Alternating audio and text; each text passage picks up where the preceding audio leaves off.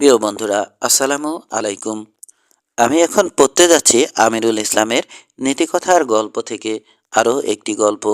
গল্পের নাম রাজা আলফ্রেড ও পোড়া রুটি।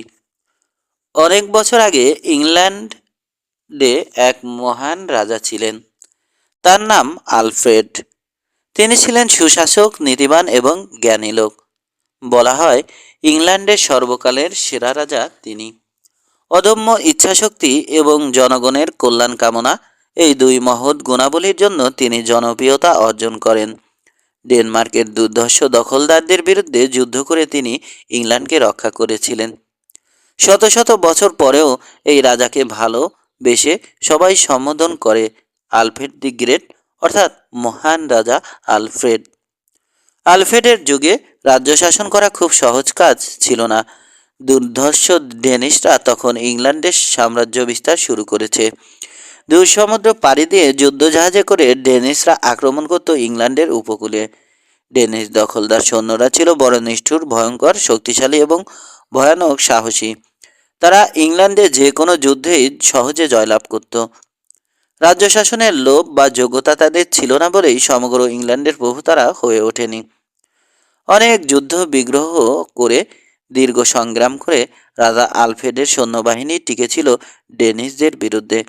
কিন্তু একসময় আলফ্রেডের সৈন্যবাহিনীর মনোবলে ভাঙন ধরল।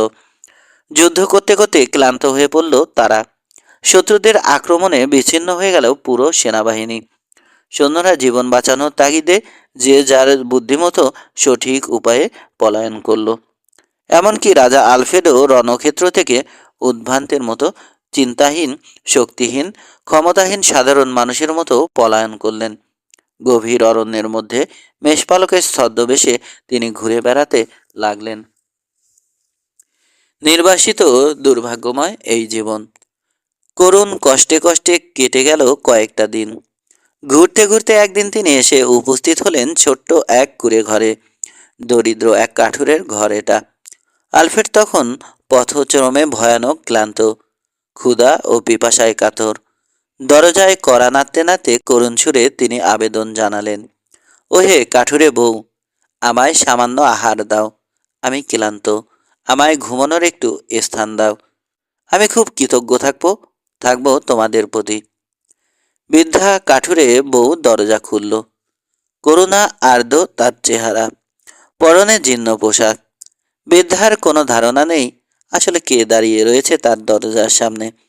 বৃদ্ধার করুণা হলো রাজা আলফ্রেডকে দেখে। তাকে ভেতরে আসতে অনুরোধ করল বৃদ্ধা। হে পথিক, তোমাকে আমি খাবার দিতে পারি। ক্লান্ত তুমি, হয়তো বিশ্রাম নেওয়ার জন্য সামান্য স্থানের ব্যবস্থাও করে দেব, কিন্তু এর বিনিময়ে সামান্য কাজ করে দিতে হবে তোমাকে। কি কাজ? আমি রাজি। বৃদ্ধ ঘরের কোণে কাঠের চুল্লি দেখিয়ে বলল, এখানে একটা রুটি সেঁকতে দিয়েছি, ভুট্টার রুটি। রুটিটা যেন পুড়ে না যায় সেদিকে লক্ষ্য রাখবে তুমি। রুটির রংটা লাল হয়ে এলে উল্টে দেবে। আমি একটু বাইরে যাচ্ছি, গরুর দুধ দুইতে হবে, দুধ থেকে একটু মাখন তুলব। যত্ন করে নজর রেখো রুটিটার দিকে, রুটিটা যেন পুড়ে না যায়। অবশ্যই খেয়াল রাখবে, অবশ্যই খেয়াল রাখবে। বৃদ্ধাকে আশ্বস্ত করলো আলফ্রেড এবং চুল্লির পাশে বসে উষ্ণতা উপভোগ করতে লাগলো। রুটিটার দিকে সে গভীর মনোযোগ দিয়ে লক্ষ্য রাখার চেষ্টা করলো, কিন্তু কিছুক্ষণের মধ্যেই সকল সমস্যার কথা তার চিন্তা জগৎকে আচ্ছন্ন করে তুলল। নানা রকম বিপদ থেকে পরিত্রাণের উপায় নিয়ে ভাবতে লাগলো রাজা আলফ্রেড। কিভাবে সে আবার তার শক্তিশালী সৈন্যবাহিনী গড়ে তুলবে, সেই সৈন্যবাহিনী নিয়ে আবার কিভাবে সে প্রতিরোধ গড়ে তুলবে ডেনিশদের বিরুদ্ধে। ইংল্যান্ড থেকে কিভাবে সে বিতাড়িত করবে দখলদার সৈন্য, শত্রু সৈন্যদের। আরো আরো অনেক কিছু তার ভাবনা হতে লাগলো। ক্রমে সে যেন তৈরি করলো এক ঘোর আচ্ছন্নতার জগৎ।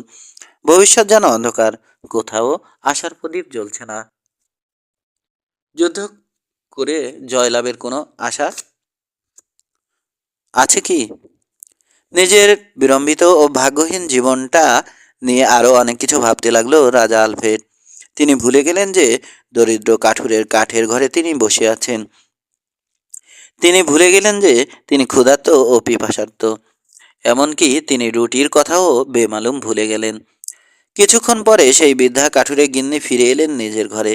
আর ঘরে ঢুকেই তিনি অবাক। লোকটা একঠায় হাঁটু মুড়ে বসে ঝিমোচ্ছে।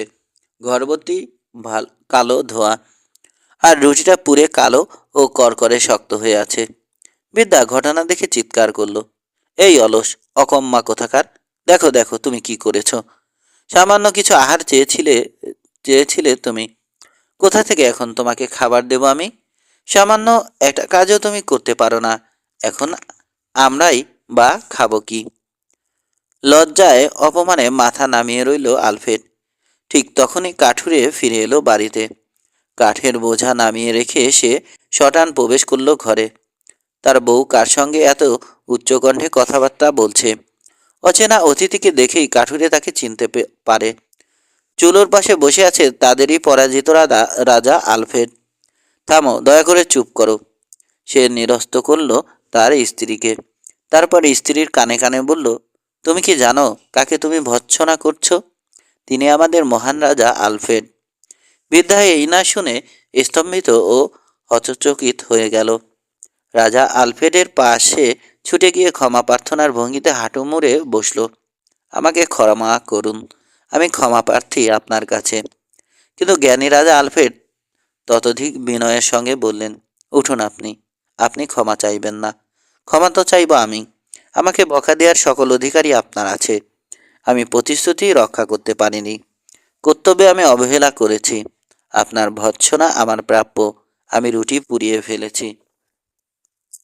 ছোট হোক বড় হোক, যে কোনো কাজই বিশ্বস্ততার সাথে করা উচিত। আমি তাতে ব্যর্থ হয়েছি। কিন্তু এরকম অবহেলা আর হবে না। আমি প্রতিজ্ঞাবদ্ধ হচ্ছি। রাজা হিসাবে আমার কর্তব্য আমি সুসম্পাদন করব। আমরা জানি না সেদিন রাজা আলফ্রেডের খাদ্য সংস্থান হয়েছিল কিনা, কিন্তু ঐতিহাসিকভাবে এ কথা সত্যি।